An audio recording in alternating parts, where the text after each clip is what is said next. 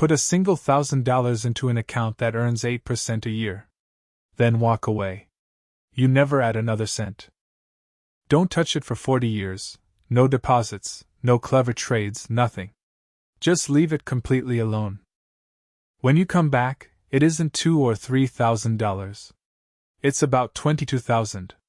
From one deposit you forgot about. That quiet, almost boring engine, compound interest, is the closest thing personal finance has to magic. Some people call it the eighth wonder of the world. The whole trick lives in one tiny phrase: interest on your interest. With plain, simple interest, you earn a flat amount on your original money each year, and it grows in a boring straight line. With compound interest, last year's gains start earning too. And the year after, those earnings earn. Your money starts making money that makes money. So the line stops being a line. It bends. For years it looks almost flat, barely pulling ahead of simple interest, and then it tilts up and absolutely rockets away. And here's the cruel, wonderful part: most of that growth arrives at the very end. The gain in the final 20 years dwarfs everything the first 20 produced. Watch what those doublings actually do. Your $1,000 becomes $2,000 after 9 years. $4,000 after 18. $8,000 after 27. $16,000 after 36. And then, in just the last 4 years, it leaps from $16,000 to nearly $22,000. That final jump alone is bigger than your entire original deposit. Which is why starting late is so costly. Wait just 10 years to begin, and that same $1,000 ends up near $10,000, less than half. You threw away the biggest jumps. Here's the part nobody warns you about, and it's the reason most people never get the payoff. In the early years, compounding looks like it isn't working at all. It crawls. $1,000 earning 8% makes you a whole $80 in year 1. That's it. It feels slow, it feels pointless, and this flat, boring stretch is exactly where most people give up and pull their money out. But that flat part isn't the curve failing. It's the curve loading. The rocket only happens for the people who are still holding on when it finally arrives, years, sometimes decades later. There's a gorgeous shortcut for how fast this happens.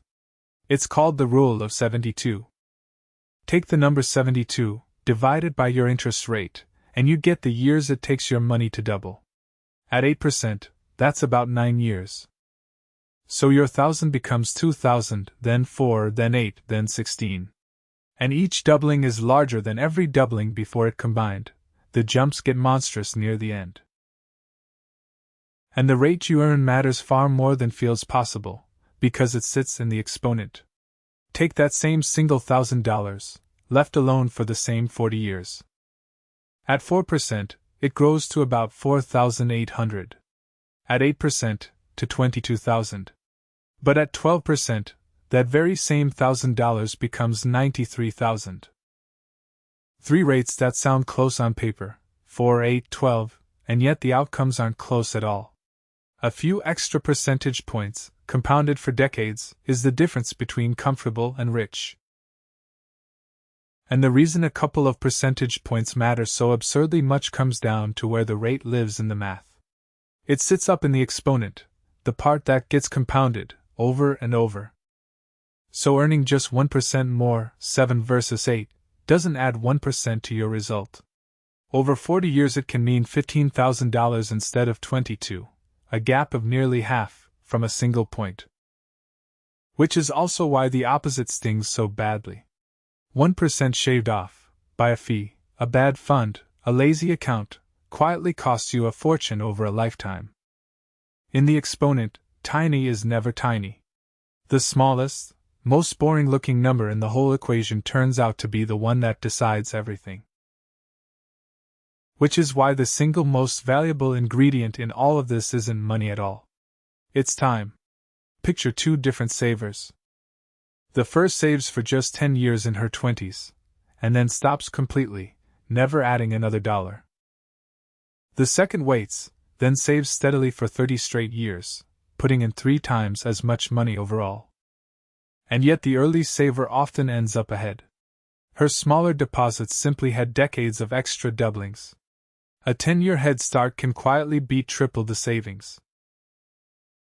And it doesn't take a fortune to feed the machine. Take $5 a day, a coffee, a snack, the kind of money that vanishes without a trace. Now instead of spending it, you invest it, every day, at that same 8%, and you keep it up for 40 years. That little $5 habit quietly grows into about $470,000. Not income, not luck, just a tiny stream of money, left alone long enough to compound. Let's make it concrete and personal. Suppose you put away $500 a month, real money, but the kind of amount a steady job can manage. You start at 25, and you simply keep going until you retire at 65. 40 years of automatic, unglamorous contributions, earning that long-run 8%. When you stop, you're sitting on roughly $1.5 million. From a normal salary and a boring monthly habit, no inheritance, no lucky bet, just compounding given enough time to do its thing. But the very same engine runs in reverse, and pointed the other way. It's terrifying. Because debt compounds too. A credit card at 20% doubles what you owe in under 4 years if you just let it ride. The same rule of 72, working against you now. And inflation is compounding quietly in the background, eating your cash, a few percent every year, steadily shrinking what each dollar can buy. And this isn't some fantasy rate. Over the long run, the broad stock market has returned roughly 10% a year on average, through booms, crashes, and everything in between. So picture $10,000 dropped into a simple index fund, and then genuinely forgotten about for 40 years. History says it grows to somewhere around $450,000. The same unremarkable engine, running quietly in the background of the entire economy. Now for the dark mirror of all this. If compounding can build a fortune, it can just as easily skim one, and the favorite tool for that is a fee. 2% a year sounds almost too small to notice. But run that 2% against your returns for 40 years. The money that would have grown to $217,000 instead grows to about $103,000. The fee didn't take 2% of your money. It compounded too, and quietly devoured more than half of everything you would have made. The same curve, working for someone else on your dime. And there's one quiet way people accidentally switch the whole engine off. Each year, they take the interest out and spend it. The gains feel like free money, a little bonus. But the moment you spend the interest instead of reinvesting it, last year's gains can't earn anything this year. The curve stops bending. You've quietly demoted yourself back to a flat, straight line. Because the entire trick, the only trick, is letting the interest stay in and earn its own interest. Reinvesting isn't a detail of compounding. Reinvesting is compounding. So strip personal finance all the way down to its core, and you're left with just two dials, the rate you earn, and the time you let it run. Time does almost all of the heavy lifting, and time is the one ingredient you can never buy back later. The curve only pays the patient. Which makes the most powerful money move almost laughably simple. Not a hot stock, not a clever trade.